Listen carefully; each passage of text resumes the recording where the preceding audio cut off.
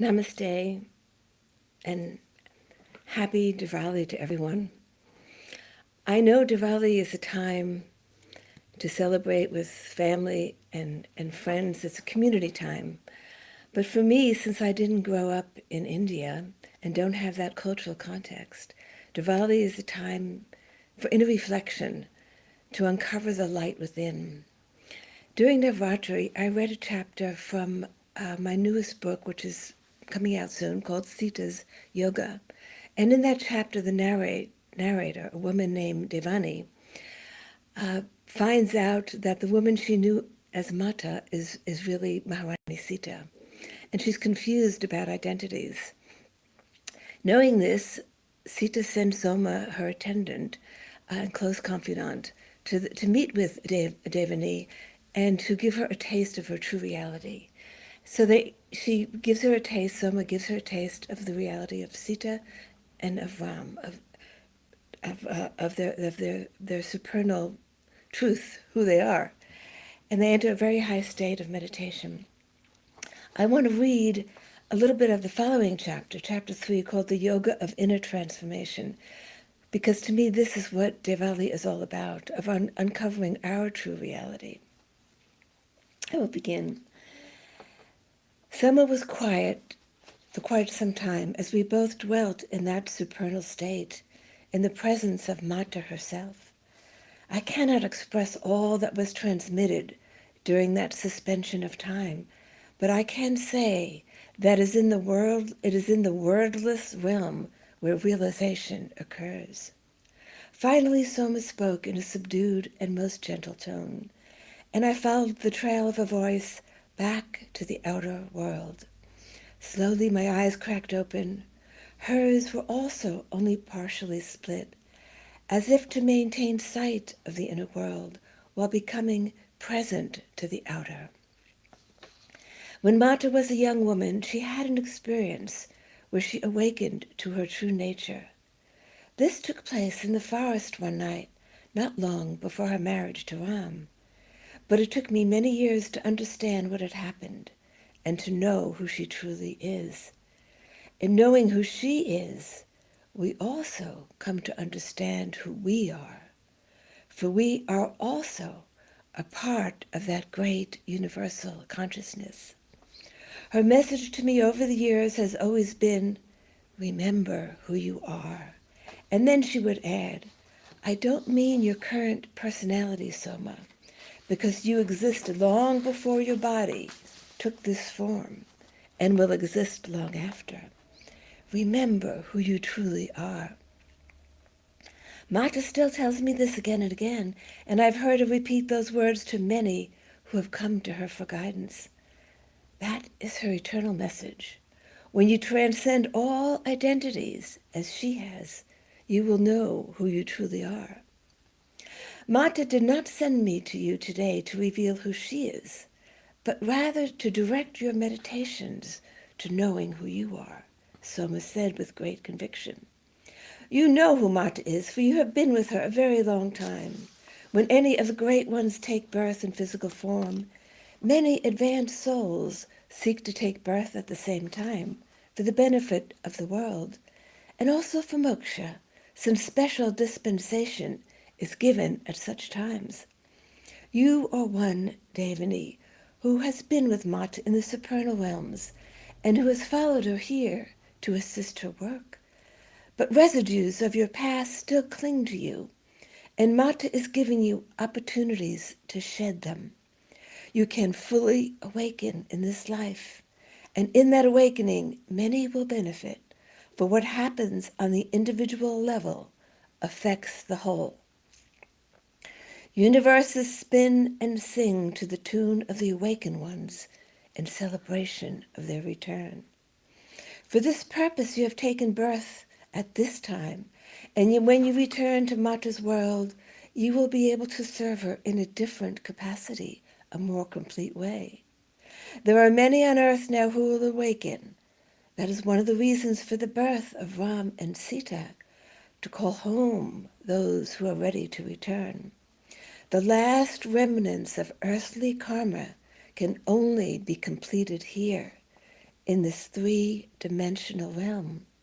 And Mata and Sri Ram are facilitating that process for the many who have accompanied them into physical birth. Free yourself, Devani, and you will free many. Free yourself of the shadows that still lurk in your mind and block the radiance of the light within, shadows of anger and fear, of all that separates you from her.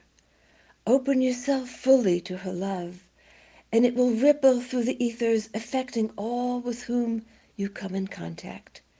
Remember that whatever appears in the outer world has its origin in the mind. The outer is a reflection, a mere projection of what lies within. To free the outer world of darkness, you must first free your mind. And when you free your mind, you will know yourself to be none other than that supernal reality which you have now tasted. That is who Mata is, and that is who you are. My eyes were now open fully, as were Soma's. For several moments she gazed at me smiling, and then we both slowly rose. Well then, she said quietly, I must be on my way. Soma, I began to speak, but words failed me. How could I possibly express my overwhelming gratitude, the love I felt for her, which was no different than the love I felt for Mata? To me, they were now one and the same. I suspected that my eyes spoke what my lips could not, because sensing the great expansion of my heart, she took my hand and squeezed it gently. Then she turned and walked away. My heart longed to follow, but I was fixed to the spot, and I could only watch as her graceful form faded from sight. As she disappeared from the thicket of trees, I heard Mata's voice. It is love that will free you, the love that creates and sustains all that is. Fill yourself with that love so that you know nothing else. That is the way to uplift others. Those words were to reverberate in my consciousness for the rest of my earthly days. The experience bestowed on me in the forest that day remained with me for many weeks. Even during my busiest hours, I would often mentally transfer myself back to the forest and the exalted state I experienced there. And if that memory were to slip from my awareness, Soma's invisible presence would draw me back. She had become an extension of Mata herself, and I realized that this was my goal as well, to become an extension of Mata to the world, to let her love and power flow through me to help whomever sought counsel and comfort, to offer service in whatever way they could receive. What I didn't perceive, however, were the subtle trappings of ego, how illusions can easily slip over one, like the enveloping mist that sometimes rises to greet the early morning hours. And I began erroneously to believe that the elevated experience in the forest that day was evidence of my advancement, and that my inner work was now complete. Such is the danger in soaring to lofty heights without being securely anchored, because unless one can bring that awareness to every detail of daily life, one has not achieved the goal. To see the divine hand in everything that comes, to hear the divine voice in all that is spoken, and to surrender to the divine will without any shadow of hesitation. Those were the lessons I was yet to learn.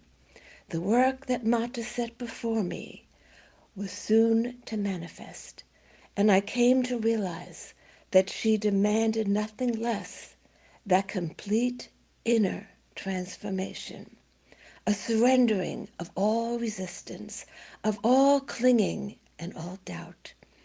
I also came to learn that progress was to be measured not in the attainment of supernal states, for those are gifts, not yet quite earned, but rather how one is in the harsh daylight of daily life.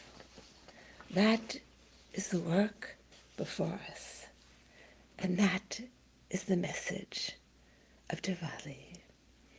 May Ram and Sita bless us all.